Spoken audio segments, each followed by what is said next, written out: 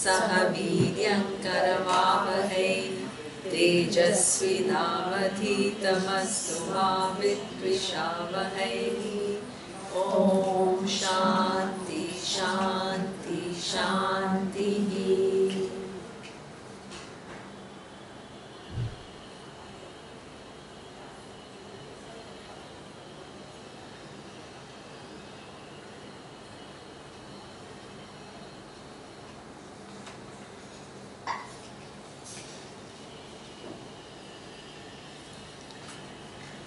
Okay, so in the previous verse that we saw, nature of, now we are doing, we just finished chapter 2 verse 12.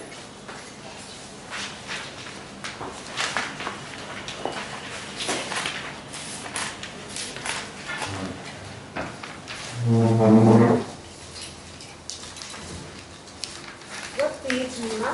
Where 3. I think Three. no, it's Now we are 11. Yeah, we did that last Yeah, so we time. did. Yeah. So what we did is, you must understand one thing, that the vision of every other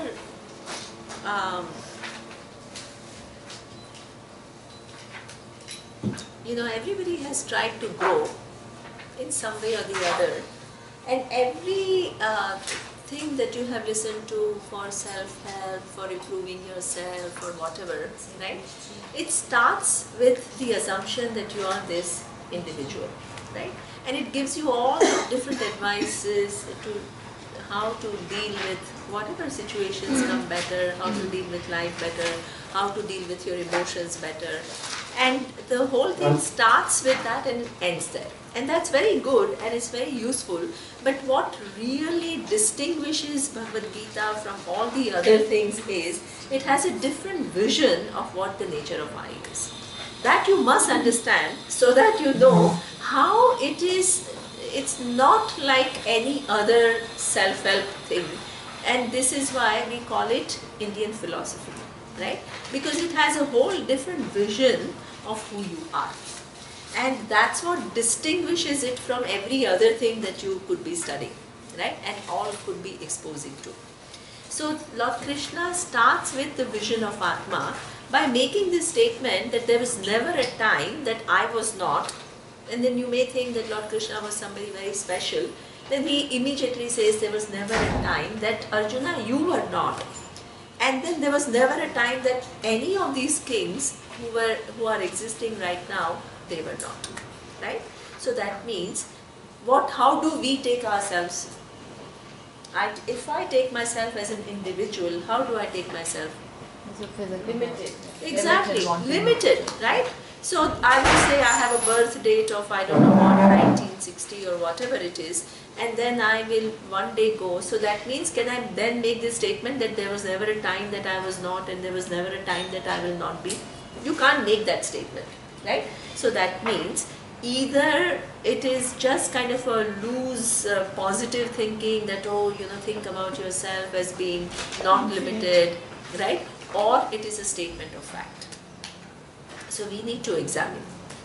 Is it just something that to make you feel better, you are being told that, Atma is, we make statements, oh, Atma is Amar, without any death and all that. So here we are not, if anybody is a real Vedanta teacher, they don't just make a statement that Atma is not subject to death and move on. Because as a teacher, my job is to make you see this reality, right? Otherwise, I'm just making you believe and I'm building up on some belief system and nobody knows whether it is just a belief system or it's a reality. So as a teacher, I have to make you see that. Okay? So now, now one thing, how do you know that this is a reality and it is not just a kind of a belief? It's not just some random belief that Atma is Amar, right, without any death. So this is where we start by using a method. Okay? Why is it, if Atma is not subject to death, why do we all take it as something which is limited? Because of a reason, right? We are not mad people, so we have a certain conclusion based on certain facts. So the fact that I feel that I am limited is because my I is defined in terms of the physical body and in terms of what goes on in the mind. Right? So this is my basic identity, and this is the identity of everyone. Uniformly, it's the identity of everyone. Now, Vedanta doesn't just make a random statement that you're not that. It uses logic. Okay? What logic does it use? It uses a logic it's saying that if something is changing, and if you were that changing reality, then who will be the observer of that change? If you were changing, you can't be there when the change has taken place. Please understand that. Right? The very fact that things are changing. What are things which are changing? The body is changing. From you look at your own picture 10 years ago. You look different. And then you go 10 more years ago. Things are changing. Right? All the capacity of each of your organs, they are also changing. Everything at the cellular level, things are changing. Every second, things are changing. Okay? If you were those changes, who would be the observer of those changes? No one. No one. It's a very significant, it's a logic, please understand. And it's an irrefutable logic. Okay? So therefore, there is a problem because something which is a changing reality and you are the observer, what is the nature of the problem? You have taken yourself to be what? That changing reality rather than what? The observer. The observer. Right? Now the whole trick of freedom lies in what? Knowing that I am that observer. Any observer, is it limited by the observed? No. 1 minute I observe the mountain. Am I limited by the mountain? Am I affected by the mountain? Next minute I become observer of these beautiful flowers around me. 3rd minute I observe the table. The characteristics of what is observed, do they stick to the observer? They don't. This is logic. Okay? So therefore, if you are the observer of the changing conditions of the body, the body's conditions are changing. But you get affected by that is your conclusion. Is your confusion. Conclusion. Conclusion. And that conclusion is because of confusion. Right? Your mind, if I ask you today, from this morning, what are the thoughts you write down? You won't even be able to recall. If you were the thoughts, generally when you define yourself as I am happy, I am sad, I am envious, I am feeling elated and all that, what are you defining yourself by? That present, the thought which exists in your mind at that given point in time. If you were that thought, when the thought went, you should go. But the very fact. Sorry? Mind is removed from the body. Then you don't exist. No. So that is your That's conclusion. my conclusion. So that is a conclusion. Right? That's what we think, that if there is no body and no mind, then I don't exist. So this is where, first of all, that the We did Tattva Bodha, you talked about the physical and subtle body and stuff. Right? exactly. Yeah. So that's our conclusion, because I think I'm the body and mind, so therefore when the body goes, when the mind goes, I don't exist. This is my conclusion. Okay? Now Vedanta needs to show me something more. So it says right now, you are as though in the body. Now it begin to see what is the real relationship. Okay? You have concluded I am as good as the body is changing, you are the observer. You've concluded I am nothing but whatever thoughts happen in my mind, and who you are is the observer. The observer is independent of what is being observed. So for the first time in your life, you are even beginning to consider a possibility that you are other than Your essential nature is other than the body and mind. Now, if that is the case, why is it that all of us uniformly make that mistake? Because everybody's definition We're is... not aware, right? Yeah, we are not aware, and what has happened is that because of the setup is such, imagine that things were programmed in a way that this is a glass and this glass is clear, right? But imagine there was a natural programming where you would have one red color cloth passing. Then after a second you'll have yellow color cloth passing. Then after that you'll have blue color cloth passing. If you just relied on your perception, what would seem like the reality to you? That it's a green glass or it's a blue glass or a red, whatever. Exactly. Exactly. As Saloni says, your perception is that it's a blue glass. Your perception is that it's a green glass. After a minute it became green, then red, then pink. As long as you stay within your perception, this would be your conclusion. What would seem to you is that the glass is taking on different colors. If I were to make you see the reality that this glass, actually the colors belong to the cloth which are coming and going, but this glass is clear, how would I make you see that? What is the method that I have to make you see that actually those colors which through your perception seems to belong to the glass, but actually they belong somewhere else? How can I show you? By the changing. By removing the colors. Do I need to physically remove the colors? You just Because things are programmed. Please understand. If I didn't have the capacity, I can't show you. You see? yeah. Because things are programmed in a way that you come with that. And within that programming, which leads to that perception and that conclusion, I have to show you actually the glass is free. See the trick. How? How will I show you? Understanding. How? How will I make you understand that? What is the method that I have? By Would showing. ask us to be aware that the glass is a separate entity and not taking on the But that's colors taking of her the- at face value. No, But by how? showing that the colors keep changing and that you can interfere in that programming and change. Say if it was to go from red to blue, you can make it go from red to pink and show that the fact that it is changing. No, the very See. fact that you can observe the changes. Okay, very good. See, one of the methods I have to show you that the glass is something, first I have to make you recognize there are two things and not one. Glass and the color. Yeah, exactly, right? Then I have to make you see the fact that if glass was intrinsically blue, it will only remain blue. If the glass was intrinsically green, you can't change the color. Please understand that. Yeah.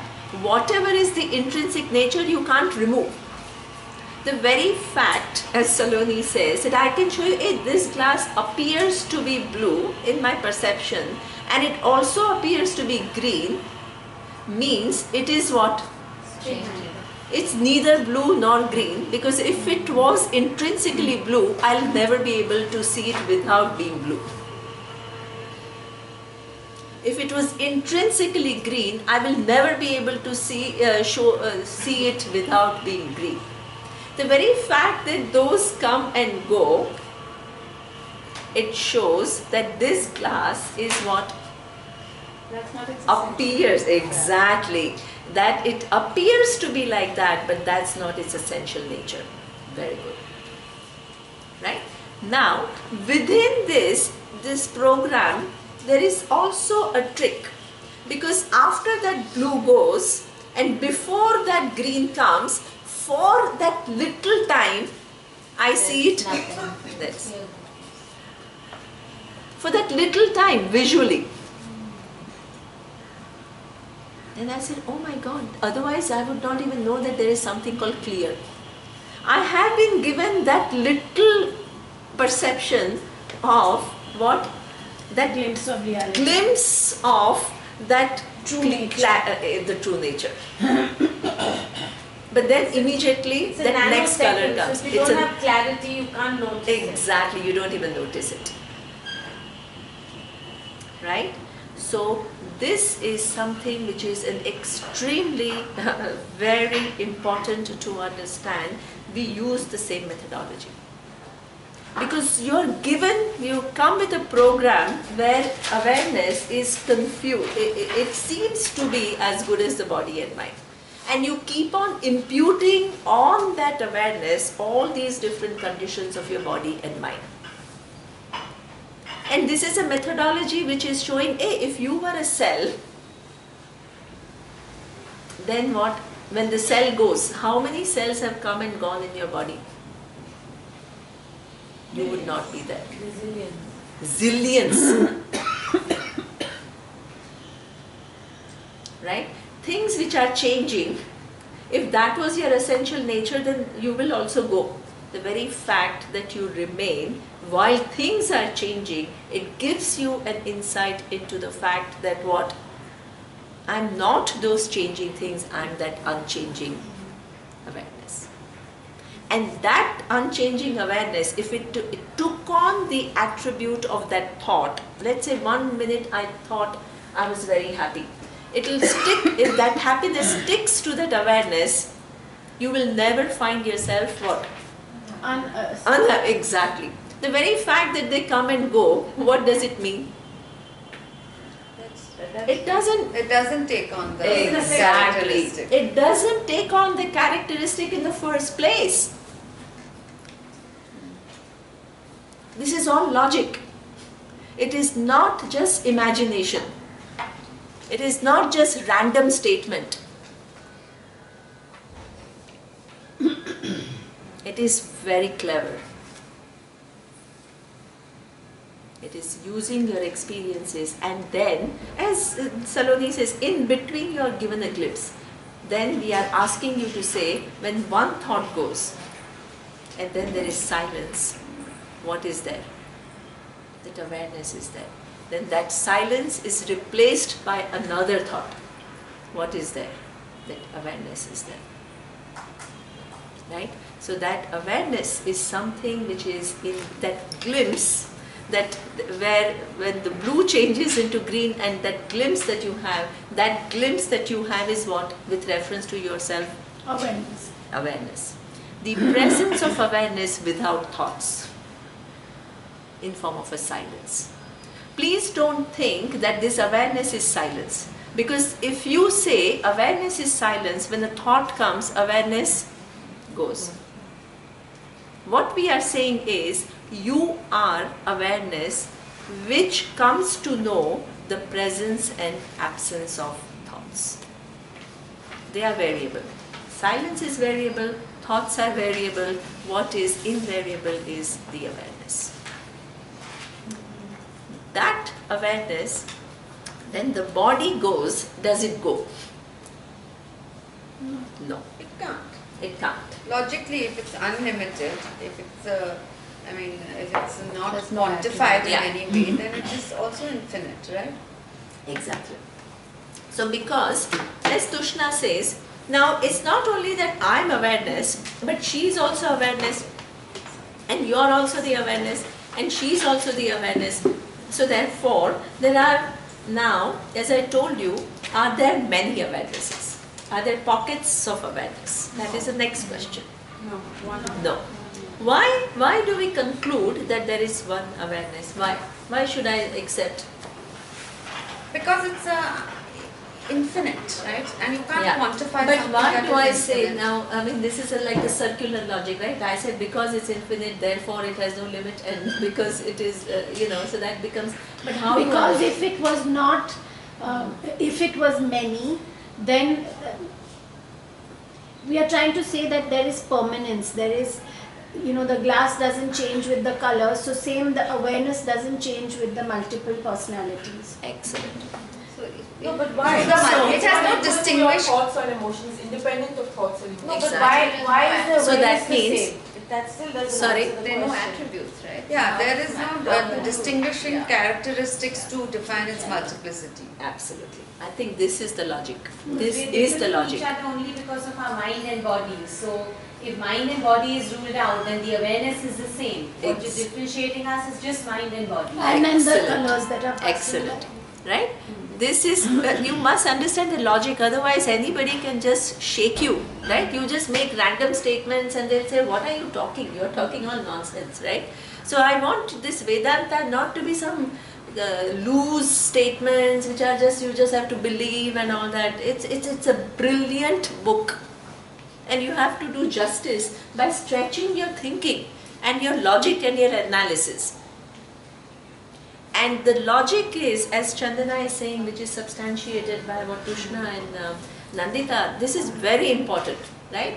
That in order to establish the fact that if I do a counter, and I said if I say that the awarenesses are many, I should be able to say what distinguishes my awareness from her awareness.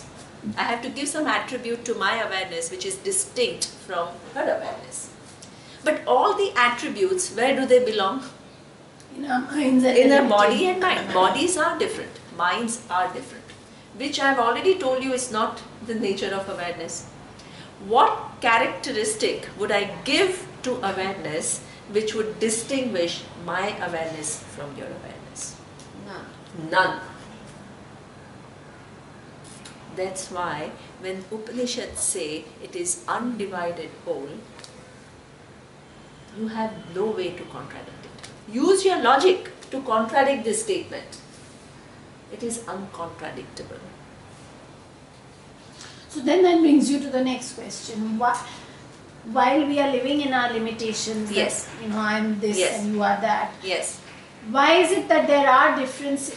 There are real differences. You are much more learned than me, for example. Yeah. So therefore, I am much more learned than a man on the streets. yeah, that's a good question. But is that So- buddhi that you That is a man. Exactly. No, but So that's also, again the wouldn't mind. that be that the awareness, it may be a whole, it may be undivided, but the awareness available to you is indicative of your own journey. So there you are talking about this awareness available to us. See, there is one awareness which is equally there for everyone. Right. Available to us in the sense of our own thinking. Right? Right. So that's where you go into differences between Sukshma Shariras. Like how, there are different minds. My mind is different. In fact, not only that one person is more learned, but you could be much more learned about nutrition, and my mind could be much more about, let's say, philosophy, and hers could be engineering. So we all have different possibilities, right? I mean, there is no, No, but then there are some who are completely unlearned. and then so that all these differences exist. We are not saying they don't, but they exist at the level of mind and not at the level of awareness. So, but is awareness available to them at all? So that means that even now, see, we have lived all our life, awareness was always present, but what happened is we were never aware of it. So Agreed. now, this if you choose to come to this philosophy, we just make you see this reality.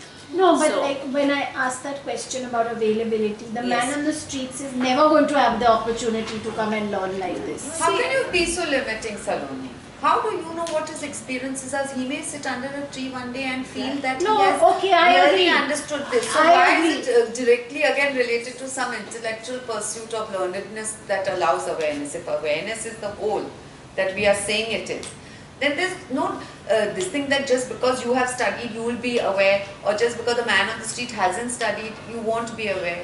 Agreed. So the example may be a bad example, but there are people who live all their lives in a state of jealousy, Isolation. fear, isolation. Whatever. Forget the man on the street. It may just be it may be a difference between her But and then me. that's the So choice why- they are making, right? But a choice without understanding. People know their See, choices. Saloni, They I think- choose not to do it. I think what I heard in the recording from one of the last few sessions is how you explain the difference between Duryodhana and Arjun. Exactly. Yeah. Okay. There you go. Yeah. There, same background. Yeah. So same background, but same thing, but what makes So Arjun willingness to learn. ask that question is his maturity, right? So among this ignorant, there is this whole big scale. So how do you remove the ignorance from a person who's not ready to have the Yeah, so then you can't. That's not- why you're not a missionary. You're only a teacher. That's right, you can't. That's what distinguishes you. That's why we are not missionaries. Our mission is not to change the world. And why would you talk only about the poor who are living in No, as I said, that was a bad people example. who are up there, millionaires and she said billionaires, that. and they live their life in absolute Disregard. disregard, Agreed. austerity. It was a bad In example. fact, the poor maybe, even if he's doing prayers, he's doing something to evoke that awareness. Absolutely. So, Absolutely. So is everyone aware of the awareness then? Can we say that? Now see, basically what happens is that this awareness is so self-evident, but it is mixed up by everyone. Something in your life, whether with your own effort and some grace, gives you an opportunity to listen to this knowledge. And when you listen to this knowledge, whether it resonates with you or not, how much you learn, it all then is a function of your own effort also. So I think thinking about what Chandana said, I don't think before any of us, or before I came to this class, had I know such a thing as awareness existed. Exactly. That's No, I think we all knew at some level. We See, all yeah, do yoga somebody- nidra, we all do, Yeah, but we but don't understand the I- true meaning of logically. You But know, I never knew that it's limitless. no, like no. and For you and I example, are my the mother's same. an artist, and I think that any artist, whether it's a writer or a painter or a sculptor or a whatever, an artist has those moments of awareness which they may not even know is that enlightenment. Some insights may but they- they do have. They do See, definitely. One thing is that you must know also one thing, that I am is something which is known to everyone. I am. Okay. Now that I am in Sanskrit we call it, which is Atma. Okay. And that Atma is Swataha Siddhaha. Swataha Siddha means you don't need anything to reveal it. It reveals its own presence. Okay. If I say, is there a flower in my hand or not? Do you, how will you say yes or no? By looking at it. That means you need to use your eyes, and through these eyes you will know whether there is flower in my hand or not. So in order to know the presence or absence of flower, you need to use your eyes. In order to know the presence of sound, you need to use your ears. It's non-negotiable and it's not interchangeable. In order to know the sound, you can't use your eyes. In order to know the form, you can't use your ears. You need to use your eyes, right? But if I ask you, are you there or not? Do you need to use your eyes? No, self-evident. Exactly. Do you need to use your ears? I said, oh, let me hear Atma sound and then I'll let you know if I'm there or not. No. So as Saloni says, there is only one thing in this universe which is self-revealing, and that is Atma. You must understand that. It is called Swataha Siddha. Self-evident. You don't, unlike everything else where you need the sense organs, you don't need sense organs. There is something which is, when you use sense organs to know the existence of given thing, it is in Sanskrit called pratyaksha. Pratyaksha means it is perception. There is something else. If I say that right now I am feeling really happy or calm, peace, right? Do I need to use my eyes to see what is going on in my mind? No. So that means there is another perception which is not Indriya Pratyaksha. Indriya means you are not using your sense organs, but it is still evident to you, and that is what we call Sakshi Pratyaksha. Sakshi Pratyaksha means that all the different conditions of your mind you come to know, there is a perception but not using the sense organs. So everything in this universe is known through the process of perception, either Indriya Pratyaksha or Sakshi Pratyaksha. Indriya Pratyaksha when it corresponds to all the forms of the universe, Sakshi Pratyaksha when you come to know your own internal condition. But there is only one thing which is neither Indriya Pratyaksha nor Sakshi Pratyaksha. It is self-revealing, and that is Atma. It is Swataha Siddhaha. You have to know all these distinctions. The forms in the world you know through your eyes. Your whatever goes on in your mind, there is a mechanism in your mind where you come to know different thoughts which come and go, which is also perception. Perception of thoughts which come and go. So that is that Sakshi? That is Sakshi Pratyaksha. Pratyaksha means perception, and this is what we, in English, one is what we call sense perception, and the other one is what we call witness perception. But there is only one thing in this universe which does not require any of the two to reveal itself, and that is what we call self-revealing I. So the Swatha, what is it? Swataha Siddhaha. Because you are there, you come to know different forms. You use your eyes to come to know different forms. Because you are there. Is there only Indriya or is there Gandh also? And Yeah, everything. everything comes in Indriya. Yeah, because you need to use, for example, to hear the sound, you need to hear your, you need to have your ears. That's what I'm saying. So is there Indri means eyes? No, Indriya means any sense, anything that you know in the world. For forms, you use your eyes. For sounds, you use your ears. For taste, you use your tongue. For smells, you use your nose. And for touch, you use your skin. As That is opposed to Sakshi Sakshi. That is not Sakshi Yeah, Pratyaksha. Indriya. That is Indriya Pratyaksha. Sakshi Pratyaksha is when you feel something.